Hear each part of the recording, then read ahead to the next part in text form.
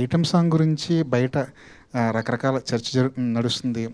Item పాటగా స్వీకరించిన వాళ్ళు దాన్ని ఎంజాయ్ చేస్తుంటే, ఇంకొంతమంది సాహిత్యం ఏంటి ఇలా ఉంది అని చెప్పి కొంత విమర్శ అయితే కనిపిస్తుంది సోషల్ మీడియాలో.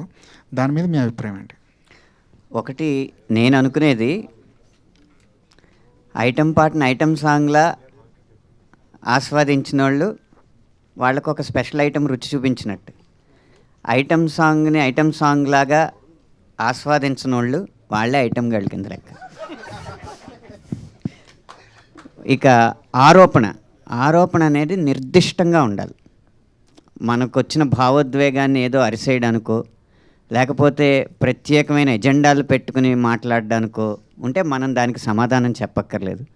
తాత్వికంగా ఆలోచించగలిగేవాళ్ళు, తార్కికంగా మాట్లాడగలిగేవాళ్ళు ఏ వాక్యం మీద ఏ ఆరోపణ నిర్దిష్టంగా చేసినా నిఖార్సైన సమాధానం ఇవ్వడానికి నిజాయితీగా సిద్ధంగా ఉన్నాను. అనంత శ్రీరామ్ గారు, కామెంట్స్లో కూడా కొంచెం దొంగనా కొడుక లాంటి పదాలు కూడా మేము మీద వాడటం జరిగింది. ఏంటి అవన్నీ చూసారా? అవన్నీ దొంగనా కొడుక అనేది తిట్టుగా మీరు నమ్ముతున్నారా? తిట్టే కదా అది.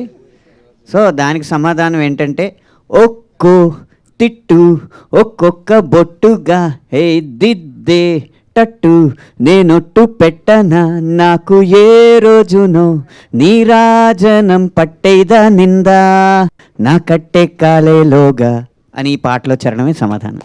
అనంత శ్రీరామ్ గారు, అదే ప్రత్యేక గీతాలు రాసినప్పుడు ఒక రచయితగా మీరు ఎలాంటి బౌండరీస్ నిర్దేశించుకుంటారు? ఎలాంటి బౌండరీస్ ఎలాంటి ఉండాలనుకుంటారు? రచయిత అనేవాడు అవ్వాలంటేనే వాడికి అవధులు ఉండకూడదు. ఏ గీతానికి ఏ అవధులు ఉండవు. ఆలోచన శక్తి ఒకటే అవధి, ఊహాశక్తి ఒకటే అవధి.